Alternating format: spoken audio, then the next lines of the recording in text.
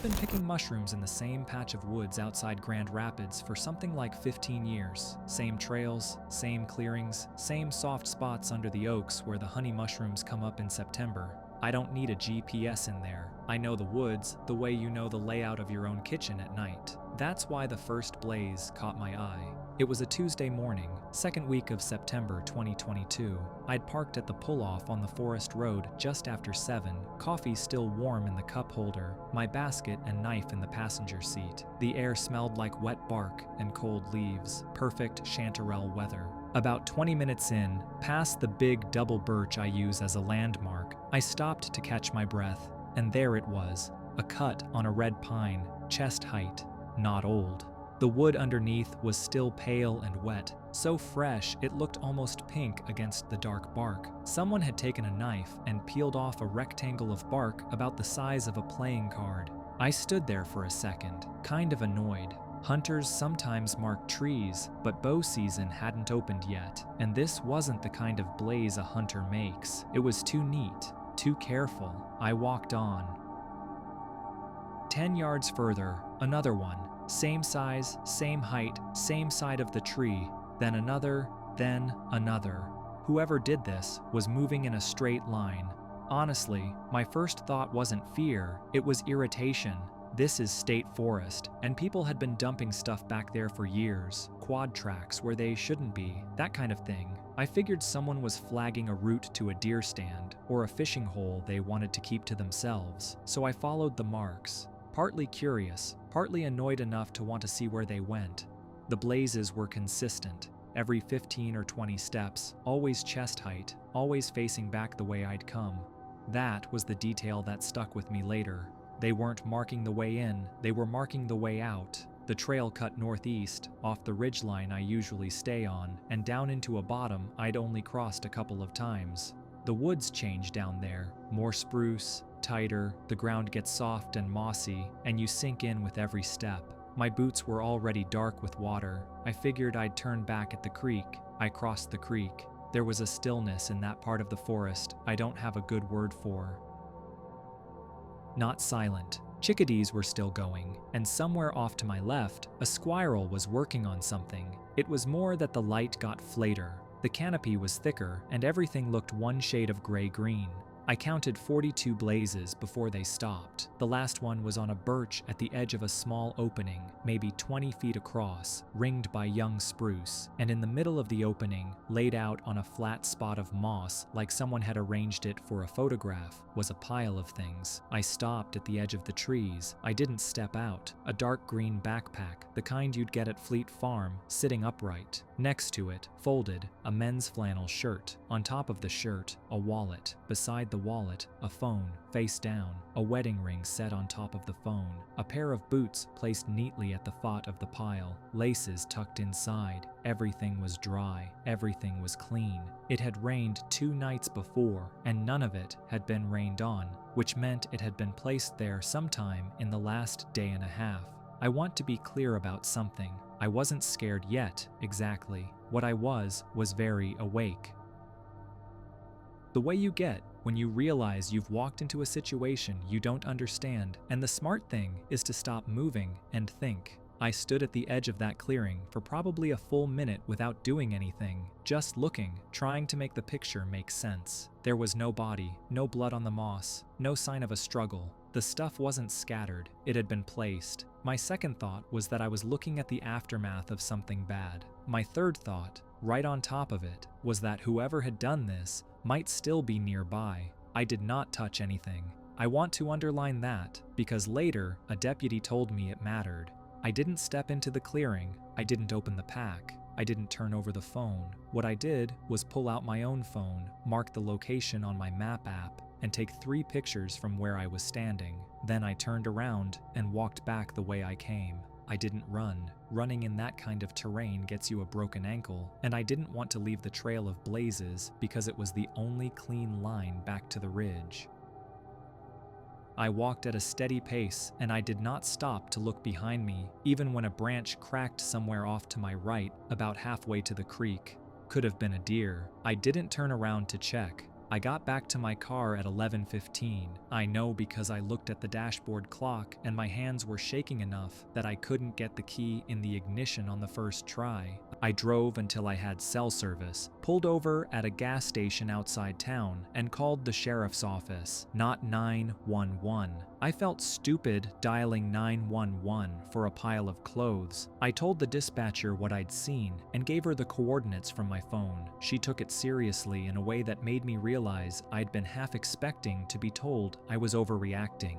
2 deputies met me at the pull-off within the hour. I walked them in as far as the creek and pointed out the blazes. They asked me to wait at the road. I sat on the hood of my car for almost 3 hours. When they came back out, one of them, a woman about my age, asked if I'd mind coming to the station to make a formal statement. On the drive, she told me, carefully, that they'd found the belongings exactly where I'd said.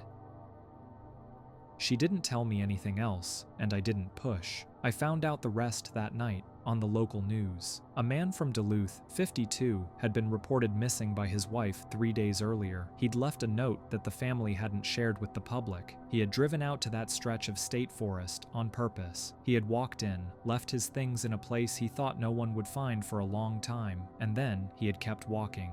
The blazes were his. He'd made them going in so that eventually, when someone came through, the belongings would be found and identified, and his family would know. He had not planned on being found himself. A search and rescue team, working from the coordinates I'd given, tracked him from the clearing on foot. They found him about 3 miles deeper in, still alive, hypothermic, barely conscious. He'd been out there close to 72 hours. The deputy who called me a week later was matter-of-fact about it. She said if the belongings had sat there another day, the outcome would probably have been different. She thanked me for not touching anything and for calling in right away. I don't go into those woods anymore, not because I'm afraid of them. It's just that every time I've thought about heading back out with the basket, I picture that clearing and the ring on top of the phone, and I lose the taste for it. I hope he's okay. I never asked his name. The body came in on a Tuesday in August, and by Friday, I still didn't have a cause of death. That's not unusual by itself. Sometimes tox comes back late. Sometimes you need to wait on histology. What was unusual was that by the following Wednesday, I still didn't have one, and neither did anyone else in the building. We work out of the Cook County Medical Examiner's office on West Harrison. If you've never been, imagine a warehouse that smells like industrial soap and something underneath that the soap is meant to cover but never really does. The AC that summer was fighting a losing war. It was 96 outside for most of the week, and inside our cutting room, it sat at a stubborn 62, but the humidity crept in every time the loading doors opened. The intake was pretty standard. Male, mid-40s, found unresponsive on a sidewalk off North Ashland around 3 in the morning. No wallet, but a phone in his pocket, so they'd already ID'd him by the time he got to me. I'm not going to use his real name. Let's call him Peter. Peter was a graphic designer who lived in Bucktown. No wife, no kids, parents both alive in Wisconsin. He'd been out at a friend's birthday. He'd had 2 burrs, according to the friend. He'd said he was going to walk home. He didn't make it 2 blocks. The paramedics found no obvious trauma, no blood. His clothes were clean, buttoned, tucked in. His shoes were still tied. The initial guess on the scene was cardiac. That's almost always what it is with a healthy-looking guy who drops on a sidewalk. Widowmaker. You see it maybe once a month in this city. I've done maybe 1,200 autopsies. You learn to read a body the way other people read a room. Before you cut, you look. Skin tone, muscle tone, nail beds, mouth, eyes. Peter looked, and I mean this literally, like he was napping. His skin still had color to it. That fades, obviously, and it had some. But not the way it does with people who've been sick. He looked like a man who'd laid down for a minute and forgotten to get back up. So I opened him up expecting to find a coronary artery that looked like a clogged straw. That's not what I found. His heart was pink. I mean genuinely pink, the color you see in an anatomy textbook, and almost never in real life, because real life eats at people. No plaque worth mentioning, vessels clean, muscle wall uniform. I weighed it, 320 grams, right in the middle of normal. I sliced through the left ventricle expecting a soft spot, a scar, anything, nothing. I moved on. Lungs were the same, no emboli, no fluid, no soot from any kind of fire or inhalation event. Liver was almost embarrassing, the liver of a college athlete. Kidneys textbook, pancreas fine. His brain came out heavy and firm and, when I sectioned it, unremarkable in every slice. No bleed, no swelling, no infarct, no tumor. Nothing you could point to and say, this is why a person stops. I stood there with my gloves on and remember thinking, okay, so it's going to be one of those. Send everything to the lab and wait. Tox came back 4 days later. Alcohol level 0.03, consistent with 2 beers and a slow walk. No opioids, no stimulants, no sedatives, nothing exotic. They ran the extended panel because I asked. Same result. If you'd handed me those numbers cold, I would have told you the man was sober enough to drive. By the end of the second week, I'd done everything I know how to do. I sent slides to a colleague across town who specializes in cardiac pathology because I trust her eyes more than mine on that tissue. She sat with them for 2 days and called me back and said, "This is a healthy heart." I said, "I know." She said, "No, I mean it. This is a healthier heart than mine." She laughed a little when she said it. I didn't. She was quiet for a second, then asked if I'd talked to the family about any history. Sudden death in cousins, uncles, anything. I said I had. There wasn't any. She said, okay. In a way, that meant she had nothing else to offer, and we hung up. That's the part that started to bother me, and I want to be careful how I say this, because I've been doing this work long enough to know that undetermined cases exist. They're rare, but they exist. Statistically, in a place the size of Cook County, we log a handful every year. Bodies where the person just, at some point, stopped. Usually, you can at least point at something. A slightly enlarged heart, an old scar, a history of seizures the family didn't mention. Something. Peter had nothing. His body was, by every measurement I had access to, in better condition than mine. Better than most people his age I ever see, alive or otherwise. His cholesterol from a physical 6 weeks earlier was 164. His resting heart rate, per his fitness tracker, averaged 58. He ran 3 times a week. He drank in moderation. He didn't smoke. He'd had a colonoscopy the previous year, clean. I sat at my desk one afternoon with the file open and tried to picture what it looked like. A man in a blue button-down walking down Ashland at 3 in the morning, warm night, empty street. And then he isn't walking. He is on the concrete. There is no gasp. There is no clutching. The security footage from the corner bodega caught him from a distance, and I made myself watch it 3 times. He steps out of frame upright. 20 seconds later, a car slows down and stops because there is a shape in the road.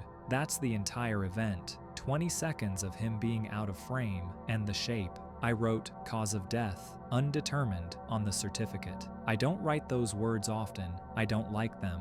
The family requested a second opinion, which is their right, and the body went to a private forensic lab in Wisconsin, near where his parents lived. They kept him for 6 weeks. They ran their own panels, cut their own sections, brought in their own consultants. Their report came back and said the same thing I did, in more words. No identifiable cause. Organs healthy, toxicology negative, manner of death, natural, presumed. Cause undetermined. His parents pushed for more. I understood why. If your son is 44 and gets up from a birthday party and dies on a sidewalk for no reason, you want a reason.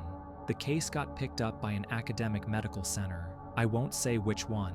They had the tissue for 3 months. They ran things I couldn't have ordered, sequencing panels, metabolic assays, things I don't fully understand. One of the researchers there wanted to write it up. I got a draft in October. It was careful and honest, and it concluded with the same 3 words I'd typed back in August. The journal declined to publish it. The editor said the methodology was incomplete, which is a polite way of saying, you didn't find anything, so there's nothing to say.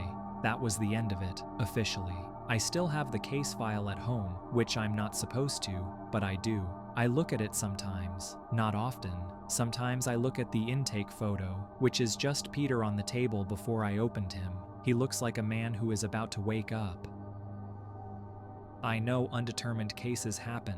I know the human body is complicated and we don't see everything. I've told other people that, and I mean it when I say it. What I can't get comfortable with is how healthy he was. Because if a body that clean can stop on a warm night on a sidewalk 2 blocks from home, then I don't really understand what keeps the rest of us going, and I'm supposed to.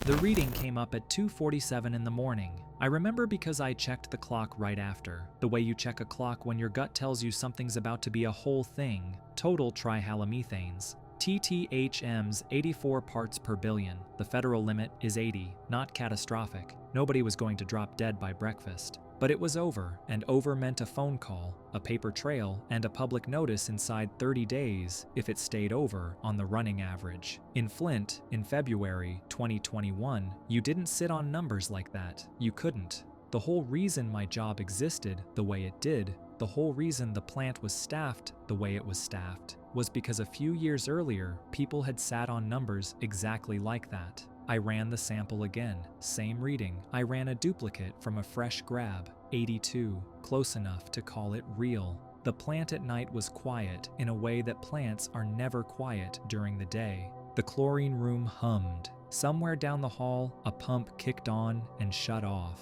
My coffee was cold.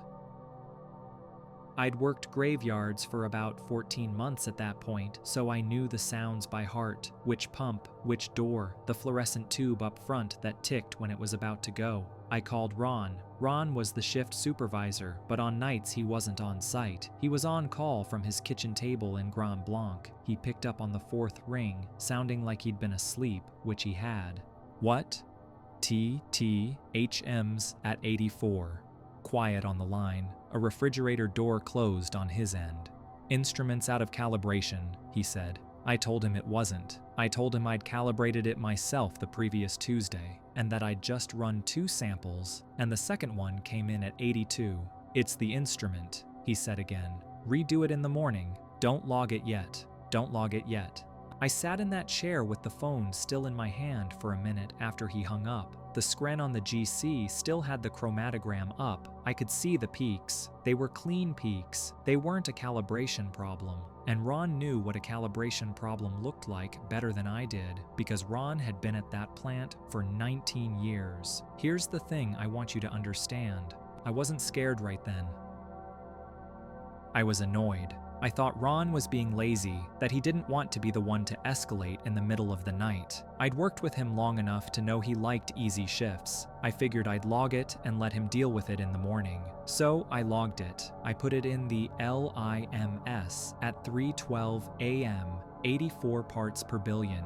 Full chromatogram attached, my initials. Then, because something in me was already twitching a little, I copied the raw data file to a USB stick I kept in the bottom of my bag. I'd never done that before. In 14 months, I'd never once taken data off-site. I told myself it was just in case the network glitched. That was Wednesday.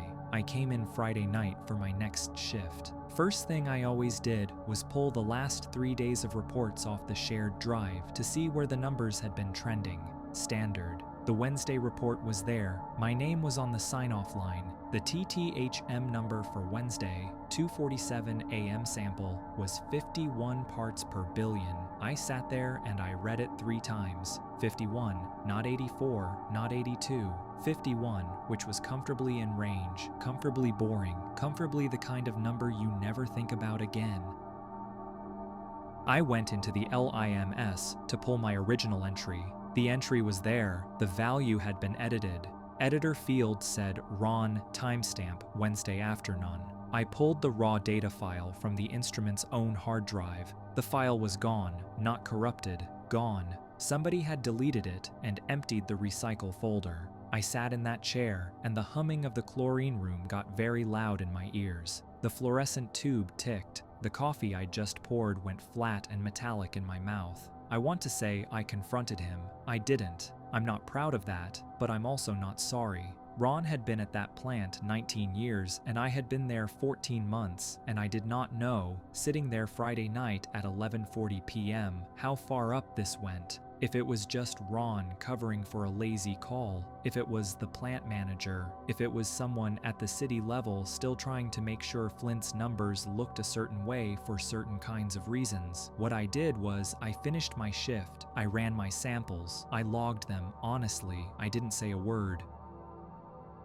And when I went home Saturday morning, I took the USB stick out of my bag and I put it in a drawer in my apartment, under a stack of tax returns, because I couldn't think of a less interesting place. I worked 6 more weeks like that. Every shift, every out-of-range number, I copied the raw data before I logged it. I started photographing the instrument screen with my phone, timestamps in the metadata. I kept my mouth shut and I kept my face flat, and I said, yeah, must be the instrument, when Ron said things about calibration, which he said more and more. TTHMs weren't the only thing. Once I knew what to look for, I saw it in the lead and copper corrosion control readings. I saw it in a fluoride overfeed that got logged as within spec. Small things, mostly. Things that would never kill anyone on their own. Things that a person in Grand Blanc might tell himself were basically fine. In April, I went home after a shift and I sat at my kitchen table with a cup of tea and I opened the EPA's website on my laptop. There's a form. It's not hidden. It's right there. Office of Inspector General, whistleblower submission. I attached the files. I wrote it up flat. No adjectives, just dates and numbers and file names. I hit submit at 7:04 in the morning with the sun coming up through my kitchen window, and I felt almost nothing. Not relieved, not scared, just tired. They wrote back in 11 days. Then it went quiet for a long time. In June, without telling anyone at the plant, EPA put their own monitoring in place. I found out later, they pooled samples independently for about 10 weeks. Their numbers matched mine, not the ones in our reports, off by margins that were not calibration drift. The knock, when it came, was not dramatic. It was a Tuesday. 2 people in polos, not suits. They asked for the plant manager first, then Ron. Then, later that afternoon, they asked for me, and they were very polite, and they already knew everything I was going to tell them because I'd already told them in April. The whole thing took a year to close out. Ron took a plea, the plant manager took a bigger one.